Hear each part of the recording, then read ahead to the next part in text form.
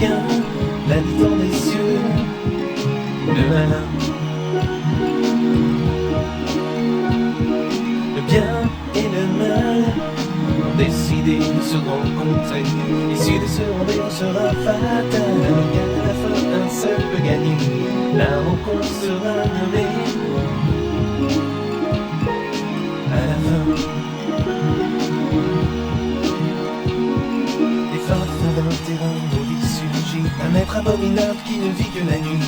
Il est venu avec tous ses amis, le broyeur, la terreur, le malheur, le contaminateur, la rancœur et les peurs. Ils n'ont qu'une valeur, le malheur et la terreur. Une messe noire leur a donné le pouvoir. Ils traversent sans bruit les marais dans le noir. Ils sont implacables et imbloquables. Leurs aventures sont une fable. Une fable. Les forces sombres se dressent dans la plaine. Ils se déploient, leurs yeux pleins de haine. Mais un mur éblouissant se dresse devant eux. Et la peur et le doute s'installent dans leurs yeux. Se reparaît un gardien ébranlable. Un général se dresse en face aux forces du mal. C'est une noble cause. Les chiens de guerre ont mis leur muselière. Un moment de silence passait la guerre. Les soldats sont nombreux, mais des témoins sincères.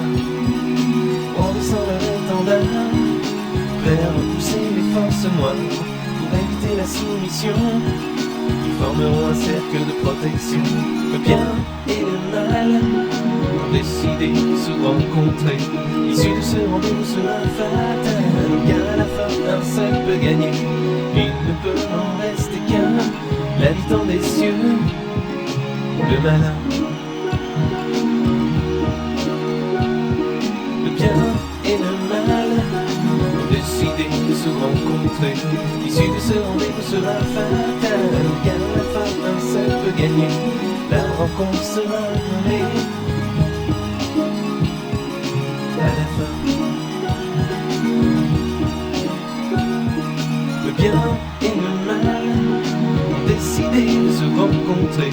L'issue de ce rendez-vous sera fatale, car à la fin un seul peut gagner. La rencontre est enfin nommée dans ce monde magique, l'assemblée.